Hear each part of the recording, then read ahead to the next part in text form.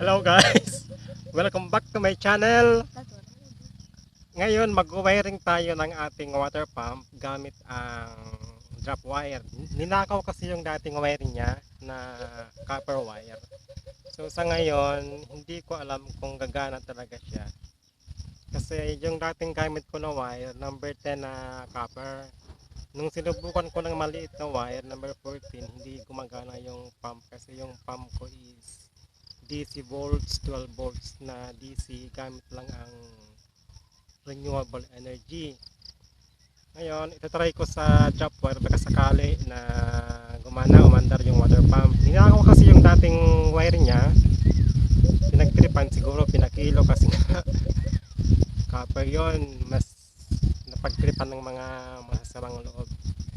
So tara guys, samahan nyo ako mag-wire at tunghayan natin kung gagana ba talaga ang drop wire na ito. Bali 100 meters siya. Ito yung water pump. DC siya na 12 volts. Saan ba yung marking dito? Ito. Subukan nating paganahin gamit ang drop wire baka sakali na umandar ng maayos. So tara!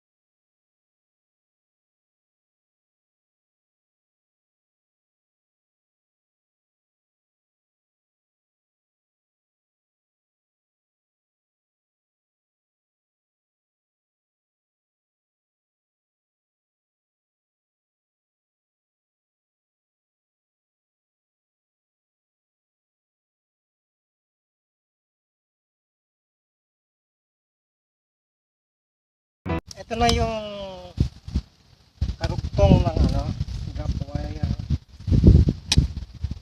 Dudugtong na natin.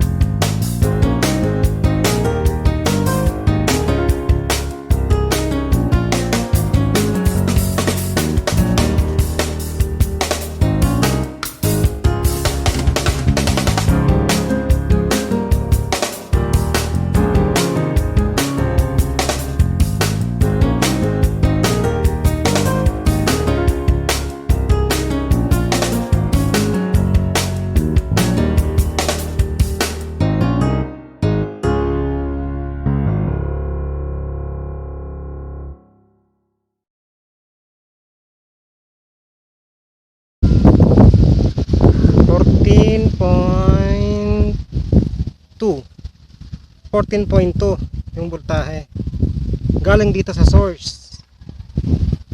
Hindi natin alam kung pagdating sa taas, sa baba kung ilang voltage na, kasi babagsak yan sigurado dahil sa voltage drop.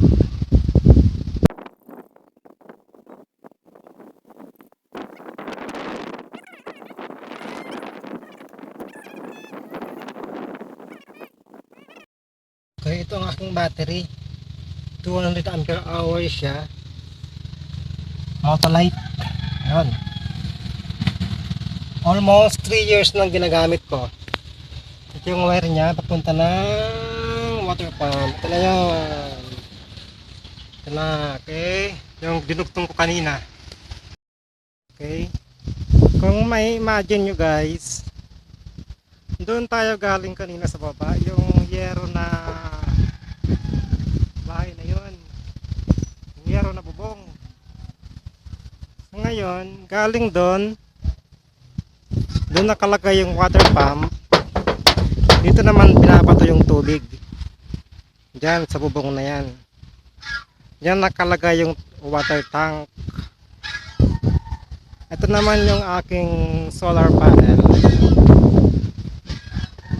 Bali siya yung nagsusupply sa battery. Galing solar panel, dadaan siya sa charge controller, then papunta na ng battery. Ito na yung kadugtong ng drop wire natin kanina. Ito yung papunta ng water pump. Ito na yung kadugtong. Ito siya. Nilagay ko doon sa kahoy. Ayun. May ilaw. So, final testing na tayo. Sana gumana ka sana. Sana gumana ka.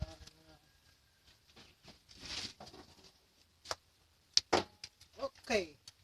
Water pump.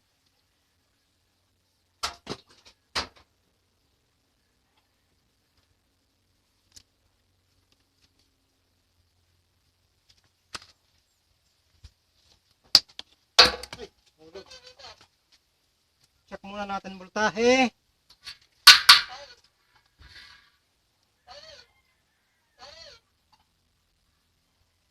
Ayun.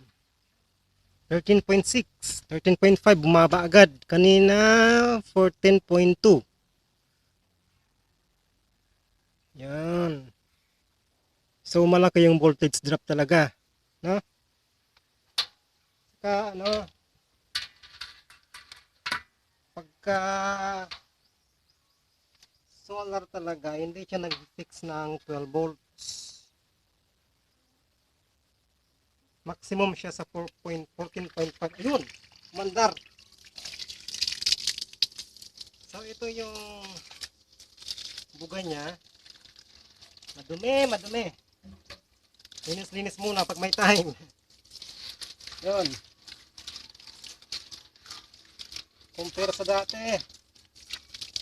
Sasalpa ko na. Ay! Yun.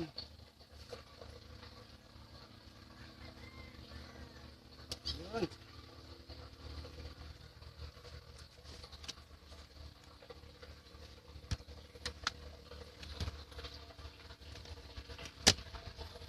So, ito na siya. Wait lang.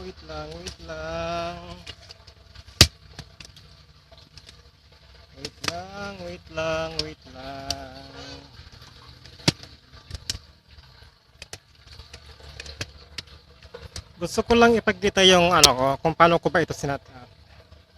Ito di ba ito yung hose na galing water pump, yung portable 12 volts.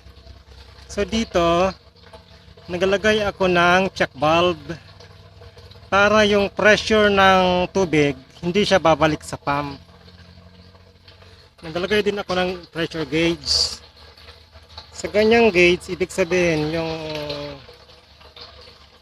tubig umaakyat na yan sa bahay. Nasa 29 point something PSI. Medyo hindi kita. Tapos dito may gate valve ako. Sa ito swing valve to, para yung tubig galing sa hose hindi na babalik dito sa tangke. Ito na yung hose na papunta ng bahay. Nung wala pa akong pump, ang ginagawa ko, yung galing dito sa poso, ito yung poso. Bali ang tubig niya galing din sa sa balon, galing din dito. Ito yung tubo niya. Ayan. Yung ginagawa ko noon, nung wala pa akong water pump, itong hose na to, yung galing dito, ayan. Ito, yung galing dito na hose, nilalagay ko siya dito. Wait. Nilalagay ko siya dito para magkaroon ng tubig. Binubumba ko lang ito. Ganyan. Tapos itong hose na to ang nag-feed papunta dito. Dito yan dati nakalagay. May ano din ito, may check valve para yung tubig hindi bumalik. No? Pwede nyo gawin sa bahay nyo or kung saan man, sa mga farm. Kung wala talaga kayong source ng kuryente, pwede nyo gawin kasi imagine dito sa akin, more or less 100 meters yung pag straight pataas pa yun. Siguro ang level nito galing dito sa kinatatayuan natin hanggang bahay siguro mga 40 feet ganon yung height, yung terrain niya. Ganon kataas yung bahay namin galing dito sa source namin. Kaya hirap kami mag-igib. Ito yung source namin. Yan. Yan. Kung mapapansin mo, doon yung bahay namin sa malayong malayo. Ayun, doon. Malayo siya doon. Ganong kataas yung bahay namin. So, okay na. Double check natin kung maakit ba sa bahay yung tubig. So guys, ito na yung galing sa water pump. Mas malakas ang tubig niya compare sa dati. Parang mas okay yung drop wire. Bale, dalawang tangke siya. Ito siyang isa, at saka ito yung pangalawa. Kung mapapansin nyo, hindi pantay ang tubig. Bakit? Kasi ang ginagawa ko dito, siphon method. Kung makikita nyo yung maliit na hose na yan, yun ang naglilipat ng tubig galing kabilang tangke doon papunta dito.